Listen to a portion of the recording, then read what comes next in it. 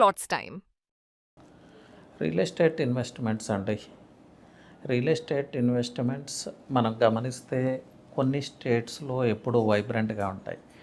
But కొన్ని స్టేట్స్లో చూస్తే ఏదో ఇయర్లీ వన్సో 2 ఇయర్స్కో 3 ఇయర్స్కో సడన్గా రియల్ ఎస్టేట్ బూమ్ లాగా వస్తుంది. మళ్ళీ అది 2-3 మంత్స్కి మళ్ళీ రియల్ ఎస్టేట్ ఏంటి పరిస్థితి అంటే నథింగ్ అంటారు. దీనికి రీజన్ ఏంటంటే రియల్ ఎస్టేట్ ఎప్పుడు కూడా ఒక మైక్రో మార్కెట్ మీద డిపెండ్ అయి ఉండదు. Yes, micro markets will be there.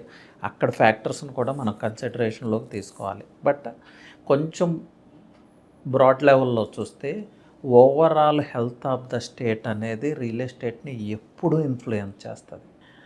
ఇది తెలియకుండా రియల్ ఎస్టేట్ని ఇన్ఫ్లుయెన్స్ చేసే చాలా పెద్ద ఫ్యాక్టర్. ఇప్పుడు మన తెలంగాణ తీసుకుంటే తెలంగాణలో శాంతి భద్రతలు ఎప్పుడూ మంచిగా మెయింటైన్ అవుతూ ఉంటాయి.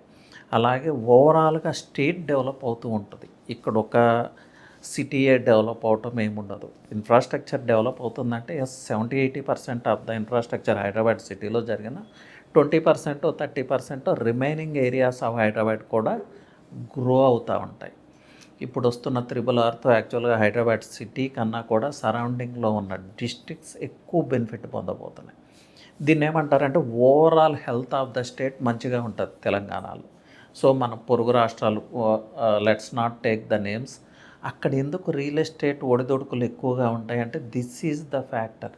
రియల్ ఎస్టేట్ మార్కెట్ అంటే బిగ్గర్ మార్కెట్ ఒకటి ఉంటుంది. క్యాపిటల్ సిటీ కావచ్చు, లేకపోతే ఇప్పుడు మన తెలంగాణలో హైదరాబాద్, వరంగల్, కరీంనగర్ ఇలా సిటీస్, సబబ్స్. అలాగే ఆ రాష్ట్రాల్లో కూడా ఇలా ఉంటాయి.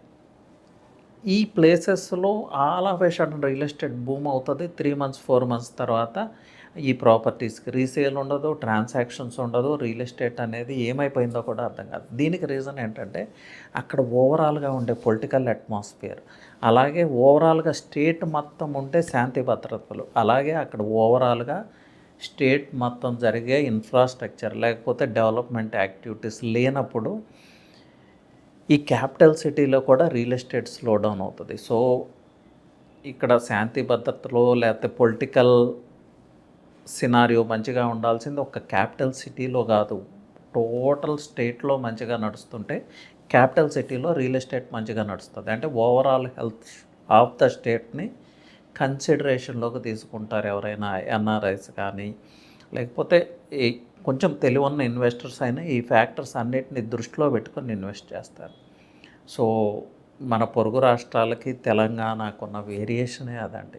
మన తెలంగాణ ఓవరాల్గా స్టేట్ మొత్తంగా ప్రాస్పర్ అవుతూ ఉంటుంది.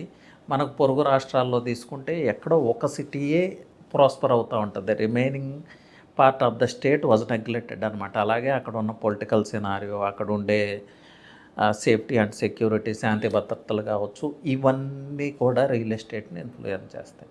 తెలంగాణ విషయంలో మనం ఆ విషయంలో అదృష్టవంతులం అని చెప్పొచ్చు, పర్టికులర్లీ రియల్ ఎస్టేట్ పీపుల్.